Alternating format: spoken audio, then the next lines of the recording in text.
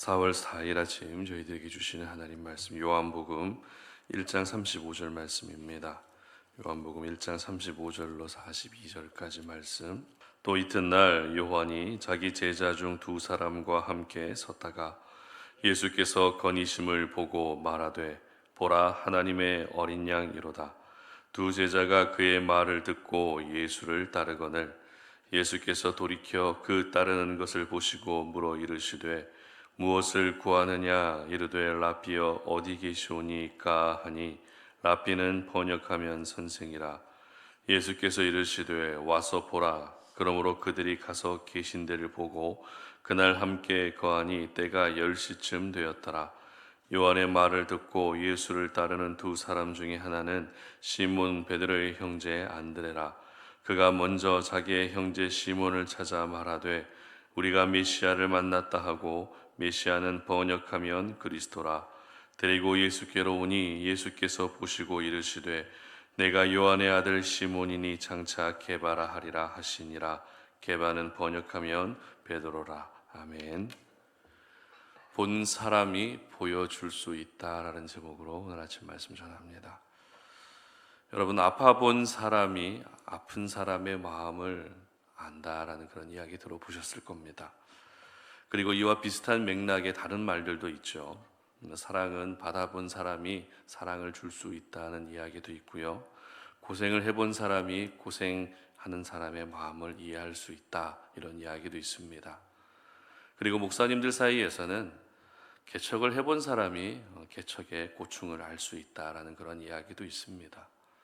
그러고 보면 이러한 말들의 공통점은 먼저 경험을 해보는 것이 중요하다, 이런 의미를 가지고 있습니다. 경험을 해본 사람이 그 경험을 바탕으로 행동할 수 있고 경험을 바탕으로 살 수 있다는 것은 우리 모두가 동의할 수밖에 없는 삶의 기본 원리입니다. 오늘 본문은 세례 요한이 예수님을 처음으로 보고 나서 있었던 사건을 기록하고 있습니다. 세례 요한이 예수님을 처음 봤을 때는 세례하는 현장에서 요단강에서 세례를 베푸실 때 예수님을 처음 보게 됐었죠. 오늘과 내일 살펴볼 말씀은 예수님의 몇몇 제자들이 처음 예수님을 어떻게 만났는지를 기록하고 있는 본문의 말씀입니다. 예수님이 제자를 부르시는 장면에 대해서 우리가 일반적으로 알고 있는 내용은 어떤 내용이죠? 고기를 잡고 있던 제자들에게 예수님께서 오셔서 내가 너를 사람을 낚는 어부가 되게 하겠다라고 하셨던 이 부르심의 장면입니다. 그런데 오늘과 내일 본문에서는 우리가 알고 있는 내용과는 사뭇 다른 내용으로 제자를 부르시는 모습을 볼 수 있습니다. 그렇기 때문에 마태복음의 내용이 맞는 것인지 아니면 요한복음의 내용이 맞는 것인지 조금 혼란스러울 수도 있습니다. 그러나 혼란스럽게 여기지 않아도 되는 이유는 둘 중에 하나만 맞고 하나는 틀린 그런 지어낸 이야기가 아니라 두 이야기 모두 사실이기 때문에 혼란스러워할 필요가 없습니다. 다만 요한복음을 기록하고 있는 사도 요한은 마태, 마가, 누가복음에는 기록되어 있지 않은 새로운 이야기를 기록함으로써 다른 복음서와 차별을 두고 있을 뿐 모두 동일한 사건, 모두 똑같이 예수님께서 제자를 부르신 사건이라는 사실, 그것은 변하지 않는 진리입니다. 특별히 오늘 본문에 기록된 두 제자 중 한 사람은 안드레이고요, 또 한 사람은 요한복음을 기록한 사도 요한이라는 그런 견해가 지배적입니다.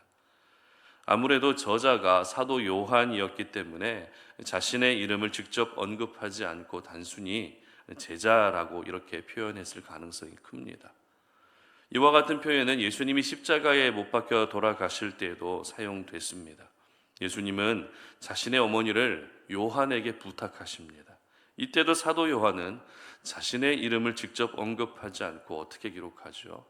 예수님이 사랑하시던 제자, 이렇게 표현한 것을 보면 사도 요한은 요한복음을 기록하면서 자신의 존재감을 최대한 드러내지 않으려 했다라는 것을 알 수 있습니다. 이와 같은 부분들은 본문의 이해를 위해서 참고하시면 좋을 것 같습니다. 특별히 저희들이 오늘 주목하고 싶은 사람은 어제 본문에 이어서 세례 요한입니다. 세례 요한은 분명 예수님에 대한 지식은 무지한 사람이었지만 그렇다고 해서 영적으로 무감각한 사람은 아니었습니다. 그래서 예수님을 보자마자 어떻게 말했습니까? 바로 세상 죄를 지고 가는 하나님의 어린 양이다라고 바로 알아챌 수 있었던 것입니다. 그렇게 예수님을 본 세례 요한의 그 다음 행적이 오늘 본문입니다. 먼저 35절과 36절 말씀을 보시기 바랍니다. 또 이튿날 요한이 자기 제자 중 두 사람과 함께 섰다가 예수께서 거니심을 보고 말하되 보라 하나님의 어린 양이로다. 아멘. 여기서 언급된 두 제자가 바로 안드레와 사도 요한인데요.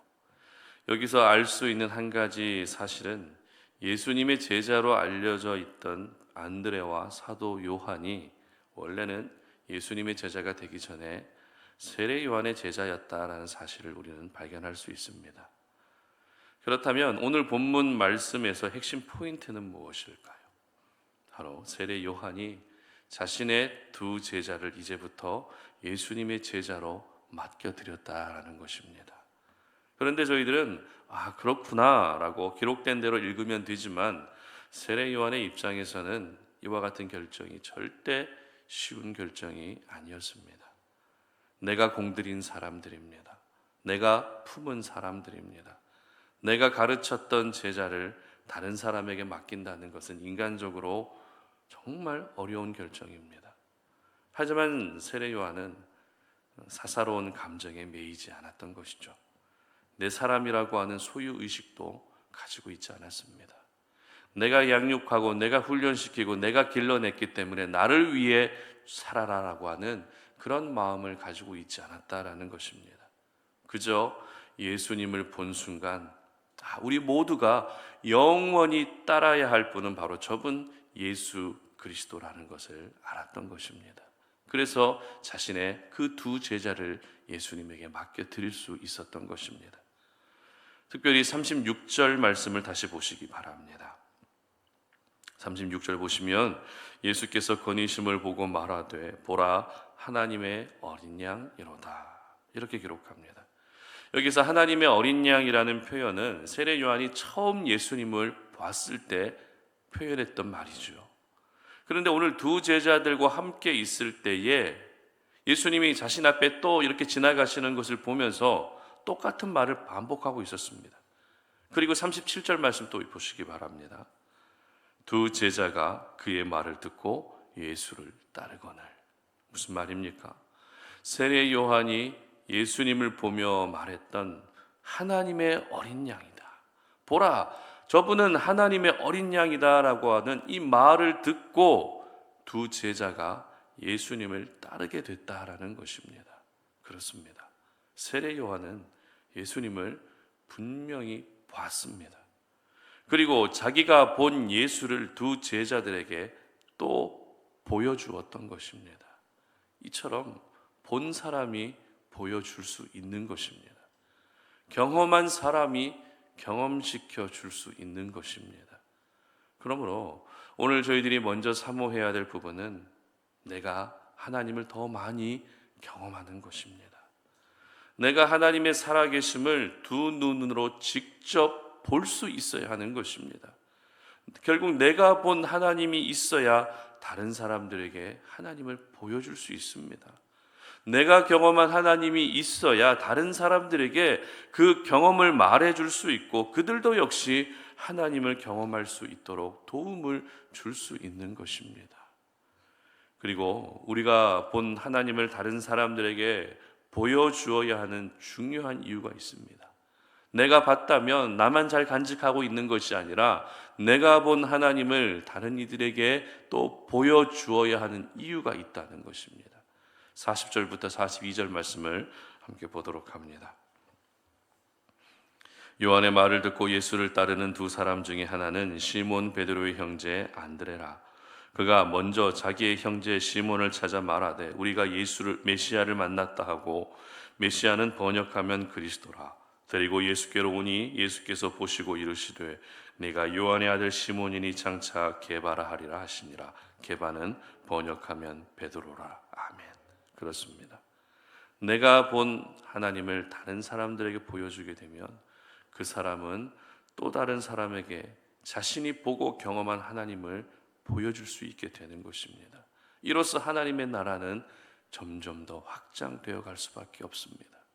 세례 요한은 자신이 본 하나님을, 자신이 본 예수님을 안드레에게 보여주었고, 안드레는 자신이 직접 본 예수님을 그의 형제 베드로에게 또 보여줄 수 있었던 것입니다. 어제 본문에서도 우리가 살펴보면서 보다라는 동사가 1장에 많이 기록되어 있다라고 말씀을 드렸는데, 그런데 오늘 본문과 내일 본문에서도 이 보다라는 동사가 계속해서 기록되고 있습니다. 이 보다라는 이 동사를 요한복음 1장 첫 부분에 빛으로 오신 예수님과 연결해 보게 되면 결국 우리는 빛 대신 예수님을 봐야 된다라는 의미가 됩니다. 그리고 유대인들에게 보다라는 이 단어는 지식적으로 무언가 정보를 습득하는 것 이상으로 경험한다는 의미를 가지고 있기 때문에 빛 대신 예수님을 볼 뿐만 아니라 빛 대신 예수님을 경험해야 한다라고 하는 그런 의미가 되는 것입니다. 단순히 예수님이 빛이시구나, 예수님이 빛으로 오셨구나라고 하는 정보 차원으로 예수님을 알고 있는 것이 아니라 빛을 보는 사람이 빛을 경험할 수 있고 빛을 볼 때 그 빛 대신 예수 그리스도를 증거하는 삶을 살 수 있게 되는 것입니다. 사람들은 오늘도 보는 것에 따라서 삶의 많은 부분들이 결정될 수밖에 없습니다. 보는 것에 따라서 움직이고 보는 것에 따라서 결정하는 것은 인간의 본능입니다.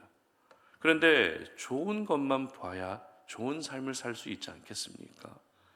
예수님을 봐야 예수님이 보여주신 삶을 배울 수 있지 않겠습니까? 그런데 우리는 예수님보다 세상을 더 많이 보려고 합니다. 빛을 보기보다 어두움을 더 많이 보려고 한다는 것입니다. 그러므로 오늘 하루가 빛 대신 예수님을 더 많이 볼 수 있는 그런 하루가 될 수 있었으면 좋겠습니다. 거룩한 말씀을 통해서 예수님을 보시고 또 기도를 통해서 예수님을 보시고 이 삶의 곳곳마다 남겨져 있는 예수 그리스도의 흔적을 여러분 많이 볼 수 있었으면 좋겠습니다. 어제 날씨가 굉장히 따뜻했죠. 주변을 보니까 벚꽃이 만개했더라고요.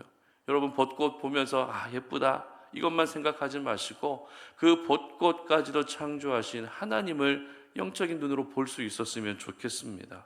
그래서 오늘 제목처럼 본 사람이 보여줄 수 있다는 것을 잊지 마시고 나를 통해서 언제나 예수 그리스도가 보여지고 나를 통해서 하나님의 형상이 보여질 수 있게 하시기를 바랍니다.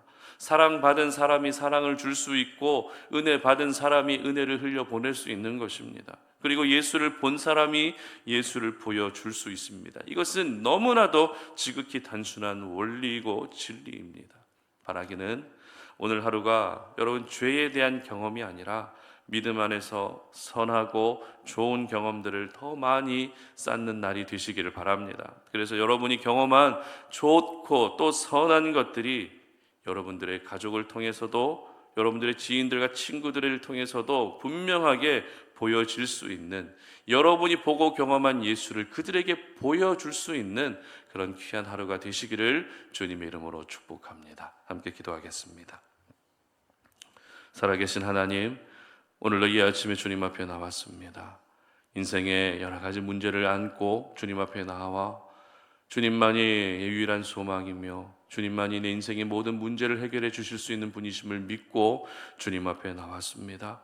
아버지 하나님, 이 시간 우리가 모든 인생의 문제들을 주님 앞에 내어드리며 기도하면서 내 인생 가운데 살아서 역사하시는 주님을 보기를 원하고 내 삶 가운데 오늘도 생생하게 숨쉬고 계시는 하나님을 경험하기를 원합니다.